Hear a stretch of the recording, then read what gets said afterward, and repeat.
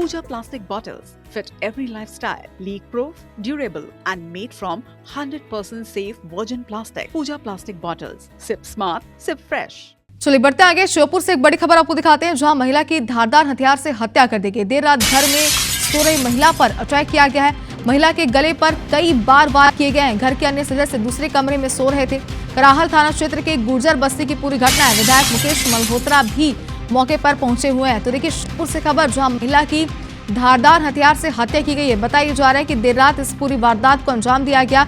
महिला एक अलग से रूम में सो रही थी, बाकी लोग जो थे परिवार के जो सदस्य थे वो अलग कमरे में सो रहे थे। और जब ये हमला किया गया, महिला अकेली थी। बैक टू बैक उस पर इतने वार किए गए कि उसकी मौत हो गई।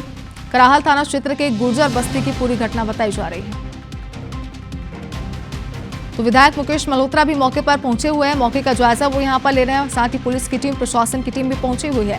हालांकि किसने इस पूरी वारदात को अंजाम दिया, क्या वजह थी इस महिला की हत्या करने की, फिलहाल पुलिस का कहना है कि जांच के बाद स्पष्ट हो पाएगा।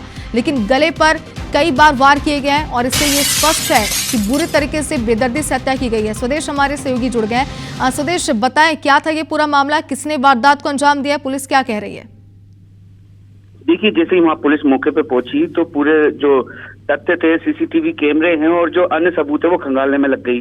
यहाँ तक कि जब ग्रामीणों का आक्रोश पुलिस पर फूटा तो पुलिस ने तत्काल फोरेंसिक टीम भी बुलाई और जो बारीकी से जांच होती है वो भी करवाई गई। हालांकि ग्रामीणों का कहना है कि लगातार ये दूसरी वारदात है उस गाँव में, जबकि अज्ञात हमलावर देर रात को आता है और इस तरीके की वारदात को अंजाम देके फरार हो जाता है।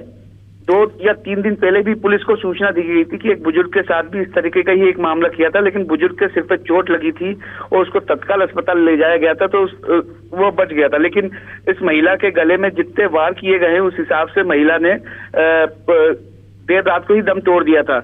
जिसके बाद अब पुलिस लगातार आसपास के इलाकों में, जहां तक कि आसपास लगे सीसीटीवी कैमरों को खंगाल रही है और पूरे तफ्तीश करके ये जांच रही कि आखिर ऐसा हमलावर है कौन जो लगातार इस गांव में घुसकर इस तरीके की वारदात को अंजाम दे रहा है।